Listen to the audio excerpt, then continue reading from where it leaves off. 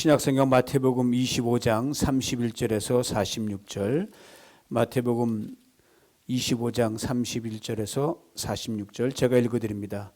인자가 자기 영광으로 모든 천사와 함께 올 때에 자기 영광의 보좌에 앉으리니 모든 민족을 그 앞에 모으고 각각 분별하기를 목자가 양과 염소를 분별하는 것 같이 하여 양은 그 오른편에 염소는 왼편에 두리라.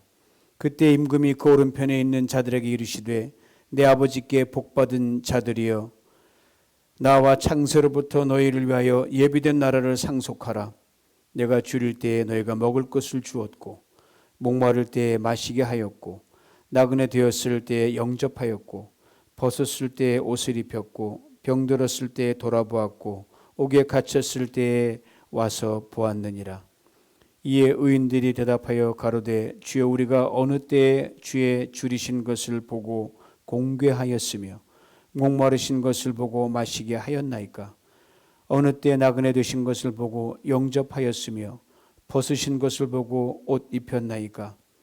어느 때에 병드신 것이나 옥에 갇히신 것을 보고 가서 배웠나이까 하리니 임금이 대답하여 가라사대 내가 진실로 너에게 이르노니 너희가 여기 내 형제 중에 지극히 작은 자 하나에게 한 것이 곧 내게 한 것이니라 하시고 또 왼편에 있는 자들에게 이르시되 저주를 받은 자들아 나를 떠나 마귀와 그 사자들을 위하여 예비된 영영한 불에 들어가라. 내가 줄일 때 너희가 먹을 것을 주지 아니하였고 목마를 때에 마시게 하지 아니하였고 나그네 되었을 때에 영접하지 아니하였고 벗었을 때에 옷 입히지 아니하였고 병들었을 때와 옥에 갇혔을 때에 돌아보지 아니하였느라 하시니 저희도 대답하여 가로되 주여 우리가 어느 때에 주의 줄이신 것이나 목마르신 것이나 나그네 된 것이나 벗으신 것이나 병드신 것이나 옥에 갇히신 것을 보고 공양치 아니하더이까. 이 임금이 대답하여 가라사대 내가 진실로 너에게 이르노니 이 지극히 작은 자 하나에게 하지 아니한 것이 곧 내게 하지 아니한 것이니라 하시리니 저희는 영벌에 의인들은 영생에 들어가리라 하시니라. 아멘.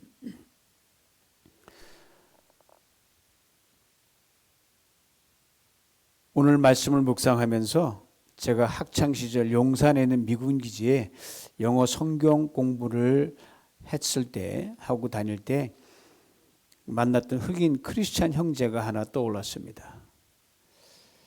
저와 친하게 지냈던 미군이었는데 그날 성경 공부를 마치고 부대 밖으로 나와 돌아오는 길에 얼마 동안 함께 거리면서 이런저런 이야기를 나누던 중에 본인이 군생활하면서 상처받고 차별받은 것을 진지하게 이야기를 했습니다.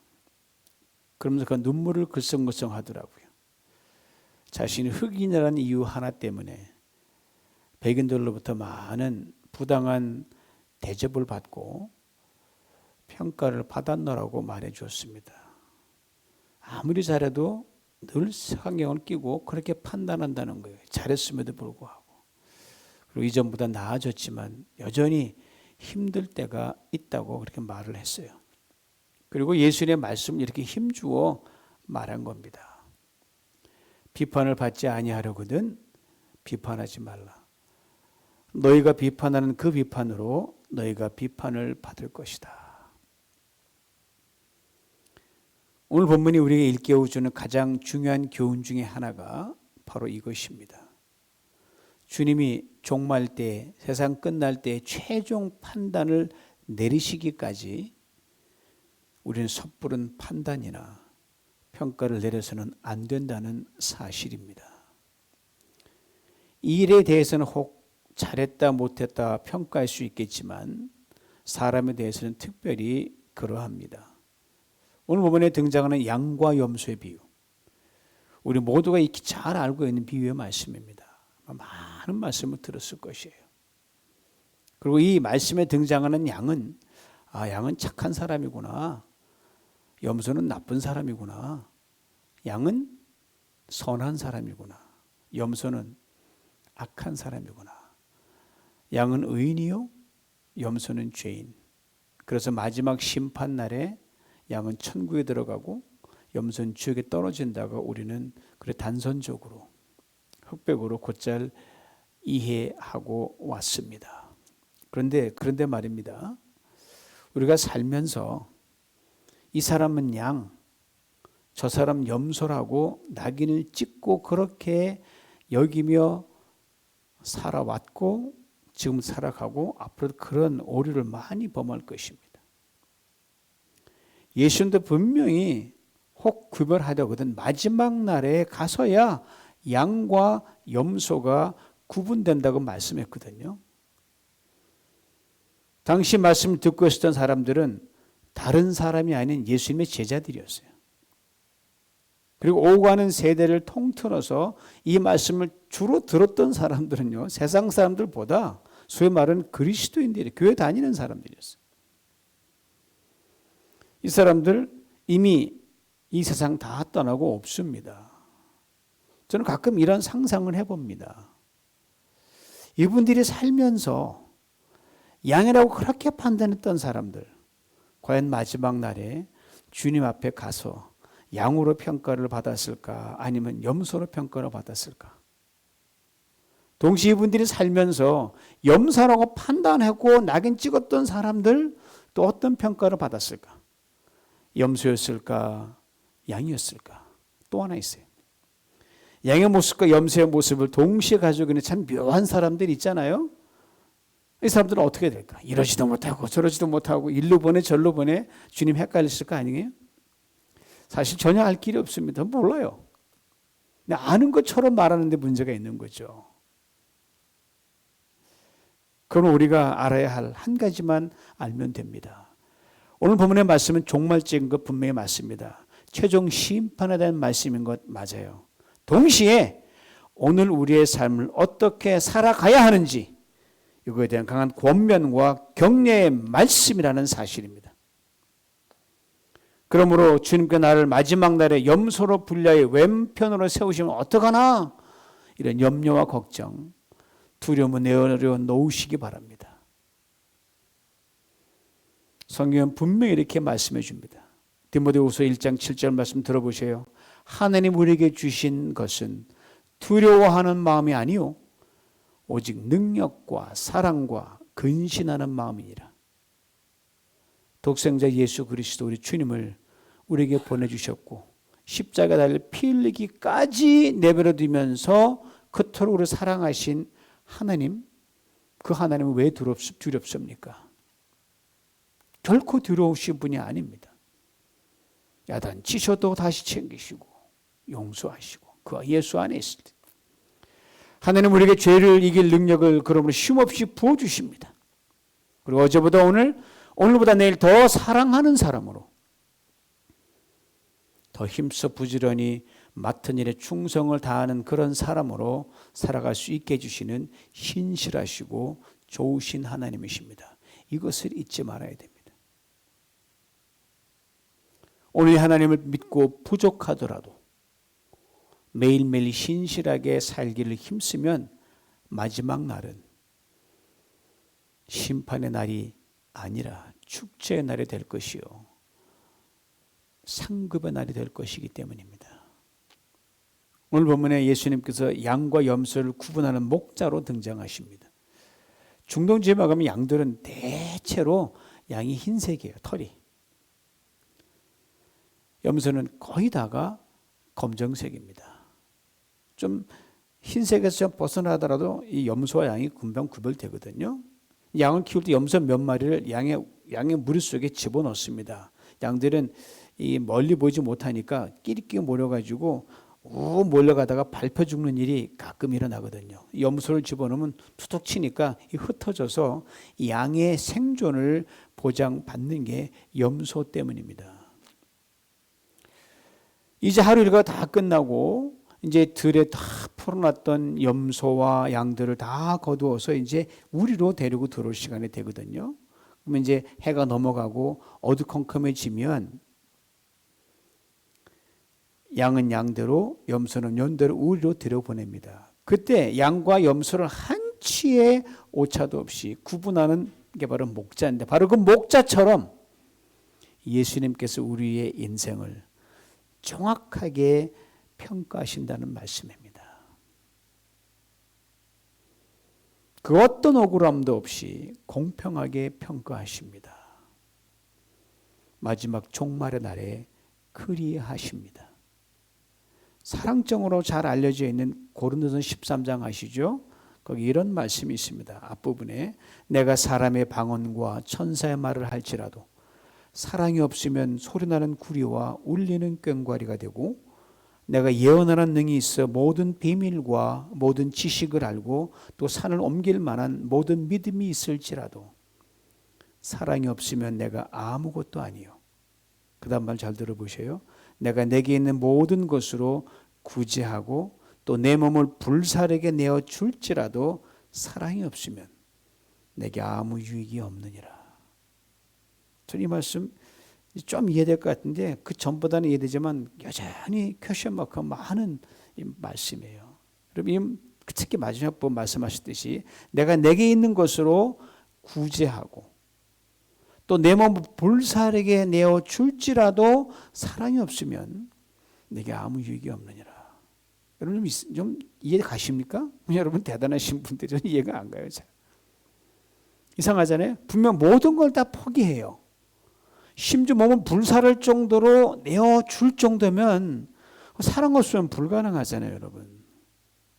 그런데 이 엄청난 희생에 사랑이 없을 수 있다 이 말이에요. 세상적인 기준으로 보면 누가 이런 엄청난 사랑이 없다고 평가할 수 있겠습니까? 경을 칠 일이죠. 그런데 말입니다. 그 마음의 생각과 영혼 깊은 곳에 쭉 들어갈 수 있는 분은 주님이시거든요. 그 동기가 사랑이 아닌 다른 그 무엇이 될 수 있다는 거예요. 더 깊이 자리 잡고 있다고 하면 목자가 양과 염소를 정확하게 구분하듯이 우리 주님이 그걸 정확하게 알아채려고 잡아낸다는 말씀이에요. 너 겉으로는 그렇지만 너 이게 안 돼. 잡아내신다는 거예요. 그리고 오늘 본문에서 수차례 되풀이되는 말씀을 우리는 잘 기억해야 됩니다. 내가 줄일 때, 내가 목마를 때, 내가 나그네 되었을 때, 내가 벗었을 때, 내가 병들었을 때, 내가 옥에 갇혔을 때. 보세요. 내가 바로 주님 자신을 지칭하는 말이거든요. 우리가 행하는 모든 일의 초점이 그 행하는 나 자신이 아니라 바로 예수 그리스도 우리 주님이었느냐 이걸 묻고 계시는 거예요. 이걸 좀 더 구체적으로 마가복음 9장 7절에 이렇게 설명합니다. 들어보셔요. 누구든지 내 이름으로 어린아이 하나를 영접하면 나를 영접하며 누구든지 나를 영접하면 나를 영접함이 아니요 나를 보내신 아버지를 영접함이니라. 내 이름이라고 했습니다. 세상 각각 자기 이름을 내세우기에 바쁘잖아요. 조금만 해도 대서특필하고 언론 플레이하면 모든 신문이 난리잖아요. 자기 공적표를 세우는데 여념이 없습니다. 이것은 그리스도인들도 마찬가지예요. 사람이니까. 여기다 조금만 유명세를 더하면요. 조금만 커지면 조금 뭔가 이렇게 놓으면 영락없이 자기가 탁 튀어나와 버립니다. 그런데 우리 주님은요.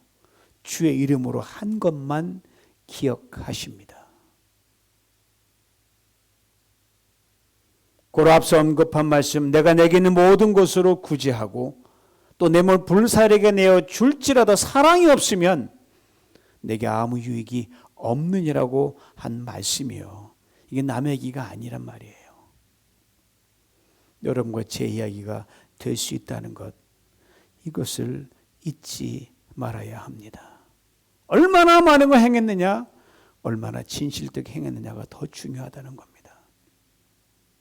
그리고 예수님께서 이 땅에 계실 때 분명히 이렇게 말씀하셨어요. 사람에게 보이려고 그들 앞에서 너희 의를 행치 않도록 주의하라. 그렇지 아니하면 하늘에 계신 너희 아버지께 상을 얻지 못하느니라. 그리고 그 뒤에는 저희는 이미 받을 상을 다 받았다. 이 땅에서 이렇게 말씀하셨거든요.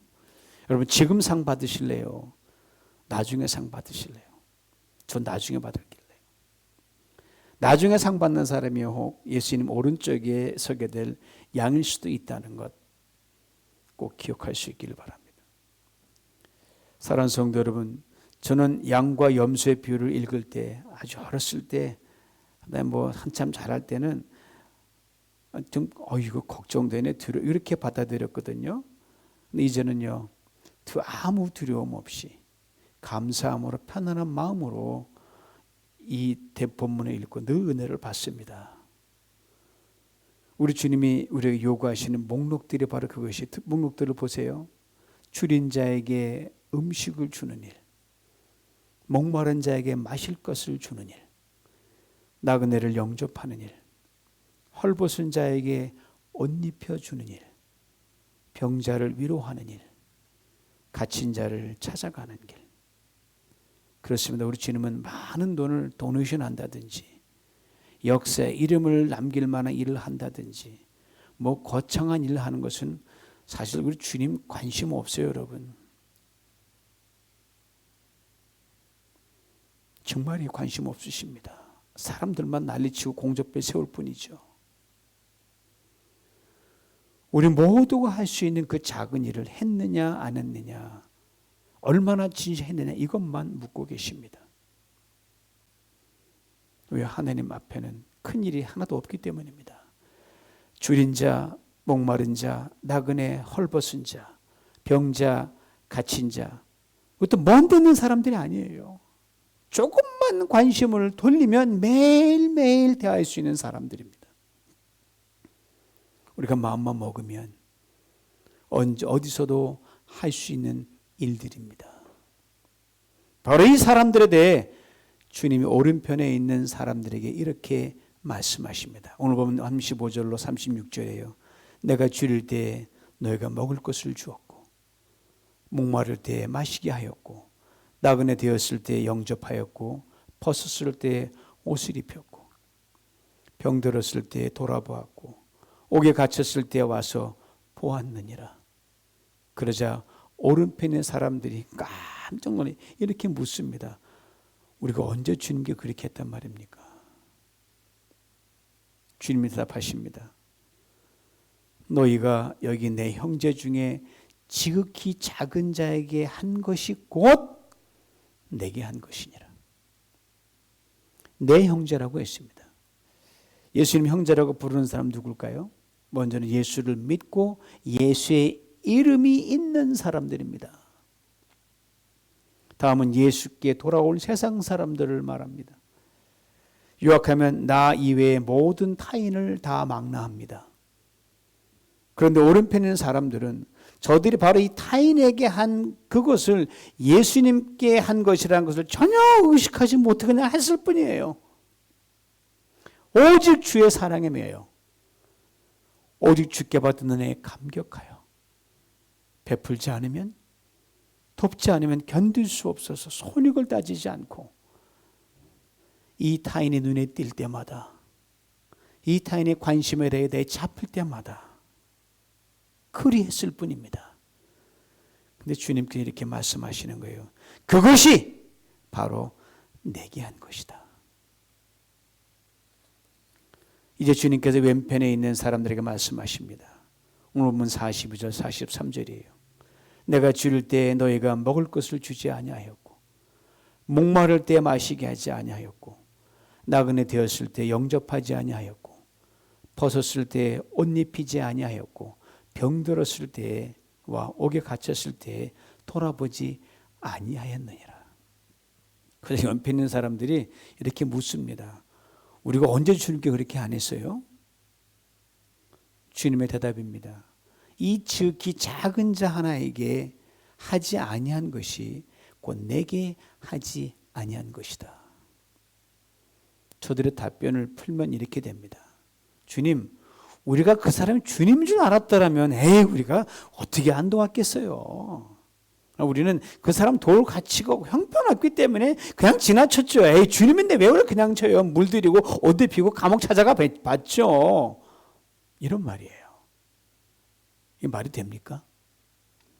사랑하는 성도 여러분, 이런 왼편에 있는 사람들의 관점에서 보면요, 일평생을 살아도 주님을 결코 만날 수 없습니다. 왜요?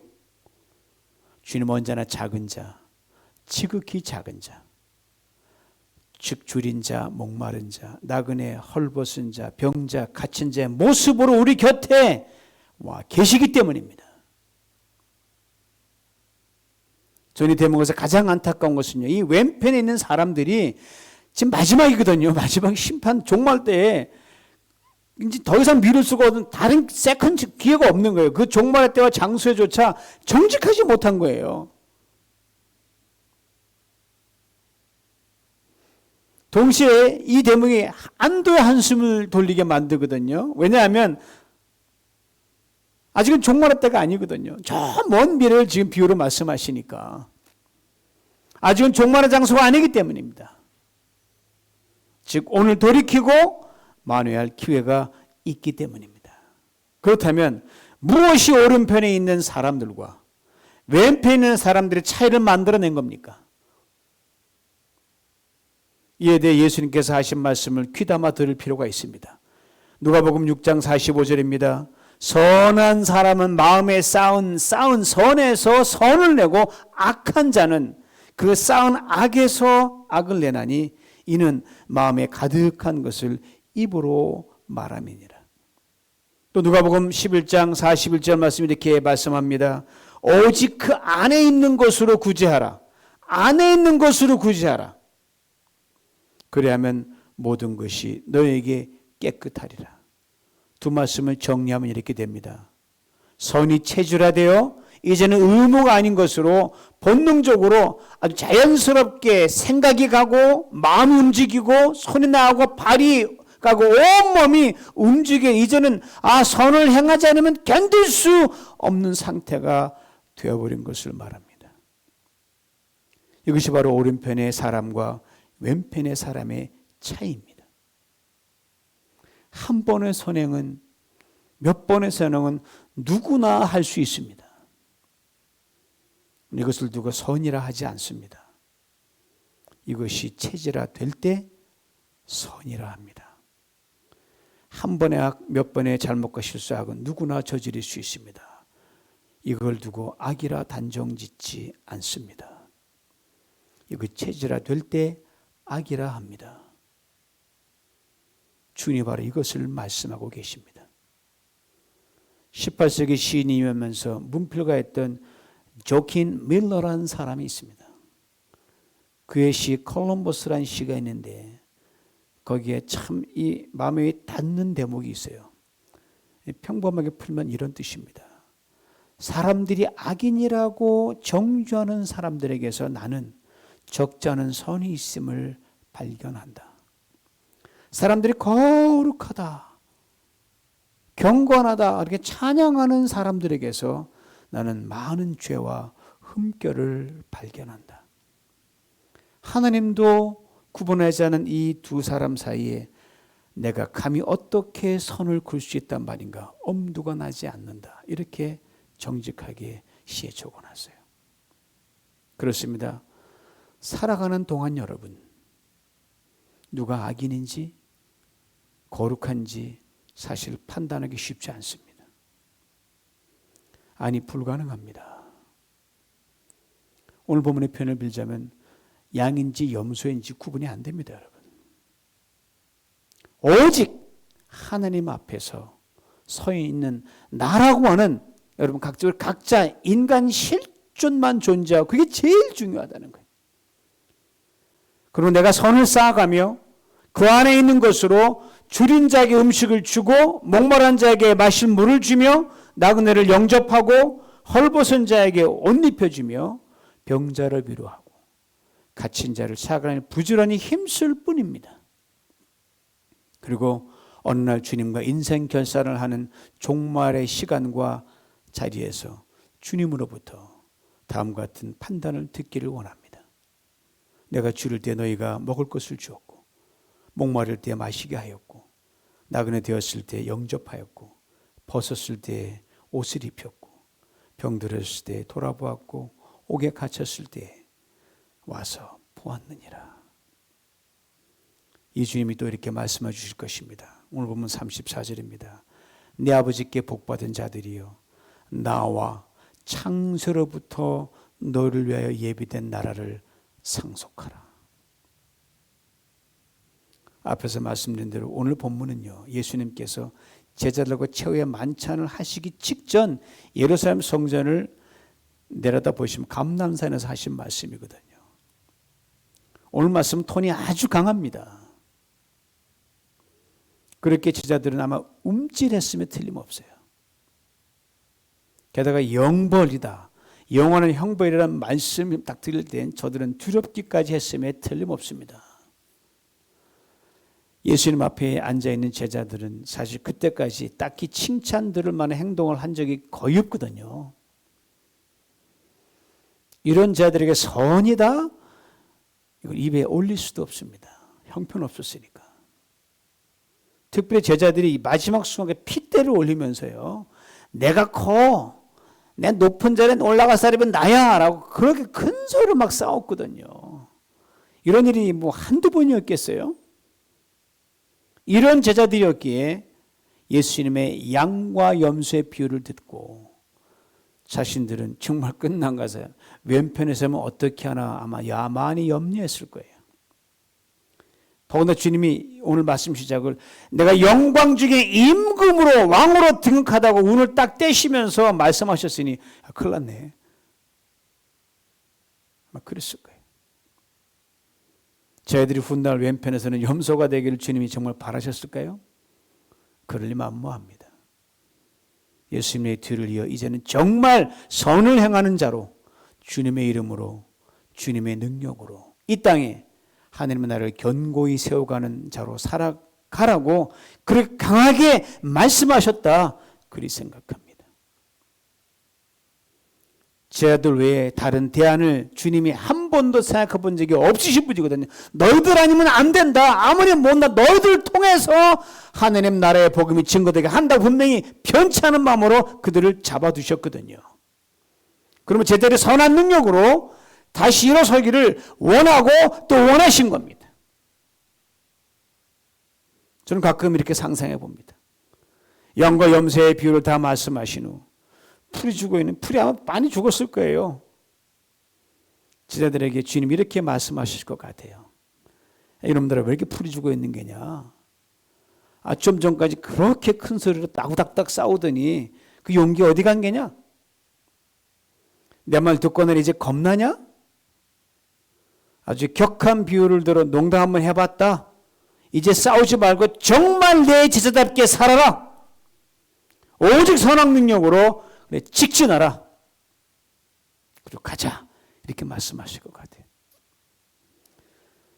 주님의 제자들, 주님을 실망시키지 않았습니다. 선한 능력으로 전심을 다해 선한 싸움을 살다가 주님 곁으로 갔습니다. 주님의 말씀처럼 지금 주님의 보좌 우편에 서서 저들을 위해 예비된 나라를 상속받아 누리고 있을 줄 압니다. 빌보 3장 15절 16절 이런 말씀이 있으면 들어보셔요. 만일 무슨 일에 너희가 달리 생각하면 하나님 이것도 너희에게 나타내시리라. 오직 우리가 어디까지 이르렀든지 그대로 행할 것이라. 평생을 좌우로 흔들리지 않고 복음 전도자로 선한 능력으로 살았던 바울의 고백입니다. 여러분과 저 이만큼 살아왔지 않습니까? 청년도 지났죠. 장년 지났죠. 인생 관록 있지 않습니까? 이제 우리가 어떻게 남은 인생을 달려갈 것인가를 그 어느 때보다 많이 생각하고 계실 줄 압니다. 더군다나 팬데믹 기간 지나면서 많은 생각을 저도 했고 여러분도 하셨을 거예요. 지금까지 잘 달려온 부분은 더욱더 최선을 기울이는 우리 모두가 될 수 있기를 원합니다. 그러나 우리 안에 아직도 염소처럼 불순종하고 선을 행하기를 주저하고 미루는 부분이 있다면 과감히 떨쳐버리고 더욱 선을 행하는 데 진력을 다할 수 있기를 원합니다. 여러분의 인생 저 끝 종말의 시간과 때에 우리 주님께서 분명히 이렇게 말씀하여 주실 줄 믿습니다. 내 아버지께 복받은 자여, 나와 창세로부터 너를 위하여 예비된 나라를 상속하라. 이 말씀 용기로 받고 소망으로 받고 기도로 받으면서 기쁨으로 이 주실 은혜를 오늘과 내일 그리고 살아가는 평생의 시간 동안 미리 앞당겨 누리면서 힘차게 주님을 기쁘시는 그런 자로 살아갈 수 있기를 주님의 이름으로 축원합니다. 기도합니다. 우리를 지으신 것, 우리를 구원하신 것은 하나님 우리로 선한 일을 행하도록 지음받은 걸 믿습니다. 그 옛날 제자들에게 이 엄한 종말의 말씀을 하시면서 저들이 그 말씀 듣고 두려워하지 아니하고 다시 달리는 말에 채찍하는 그런 격려와 용기의 말씀 받아들이면서 저들이 달려갔듯이 하느님 아버지, 우리 안에 선을 행하려고 하는 그 마음도 있고 염소처럼 삐뚤삐뚤하게 고집피려고 땅을 가라는 이러한 불순종의 마음도 동시에 있는데 이제는 선으로 방향을 돌려 아버지 하나님 선을 행하지 아니하면 견딜 수 없는 하나님의 신실한 믿음의 사람으로 살아갈 수 있도록 축복하시고 은혜 주시고 능력으로 내려 주시옵소서. 그래 오지 아버지 하나님, 주님 오실 그날을 두려움으로 바라보지 아니하고 기대함으로 바라보는 가운데 이 땅의 모든 많은 사람들 하나님 주 오른편에 세워 하나님 이 사람 오른편에 세우는데 내가 헌신했습니다. 나를 보시옵소서 하고 많은 세상 사람 오른편에 세워 주의 나라 상속받게 하는데 그 달려가는 인생으로 우리가 세워갈 수 있도록 축복하여 주시옵소서. 예수님의 이름으로 기도하옵나이다. 아멘.